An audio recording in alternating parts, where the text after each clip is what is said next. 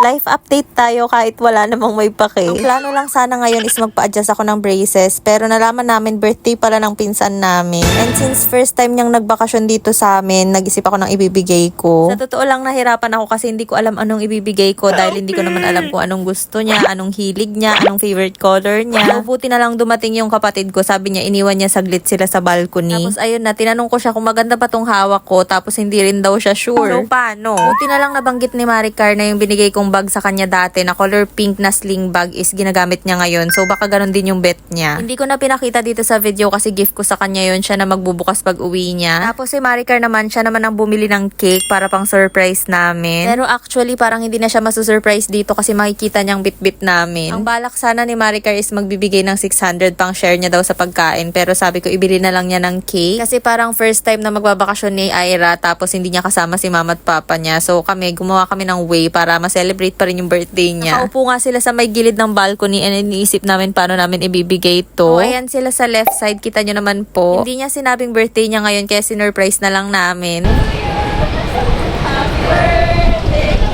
Ang balak ko talaga is magpapa-adjust lang ako ng brace tapos uuwi na. Pero since birthday nga ng pinsan namin, bumili tayo ng regalo dahil yun yung love language ko. Tapos syempre gusto ko rin silang pakainin sa labas. Pero aantayin lang namin saglit si mama bago kami kumain. So tumambay muna kami dito saglit tapos nag-picture-picture, nag-video-video kasi tinatry ko tong bago kong camera nga din. Hindi pa ganun ka-flawless or kaganda yung quality or yung angle ng pag-video ko kasi nagpa-practice pa ako dito sa camera na to. Hindi ko nga alam kung mapapanindigan ko tong pagdo-document ng life pero sana talaga kasi sayang din yung pinambili ko dito. Sa mga hindi nakakaalam, ito yung DJI Osmo 360 and tignan nyo naman 'di ba? Ang ganda ng angle pero not perfect pa. Kita nyo naman yung kapatid ko, nafa-fascinate din siya dito sa camera kagaya ko. Sa taxi nga sana kami pababa ng Session Road kaso lang napakahaba ng pila so no choice naglakad kami. And since gutom na nga kami at para hindi sayang yung oras, nauna na kaming bumaba dun sa Session Road kasi takaw oras din dahil balikan lang kami. Mamaya-maya uwi na kami dahil nga magtatrabaho pa ako. Tignan nyo naman yung kapatid ko, na-amaze pa rin kaming dalawa dito sa angle ng camera na to kasi hindi mo siya nakikita and hindi mo alam kung saan ka titingin. Pero na-edit mo talaga siya ng 360 so ang ganda.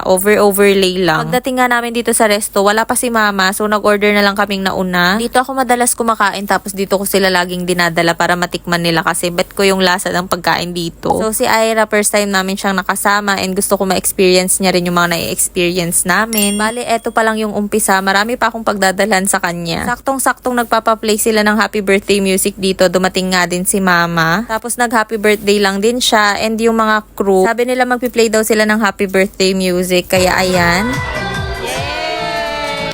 So, simpleng celebration lang naman para hindi siya ma-homesick kasi nga first time na hindi siya magse-celebrate kasama ng mama at papa niya. Nakidnap na kasi siya ni mama. Charot. Ayun lang naman yung life update ko today after namin kumain. Syempre, uwian na, babiyahe pa kami. Bye-bye!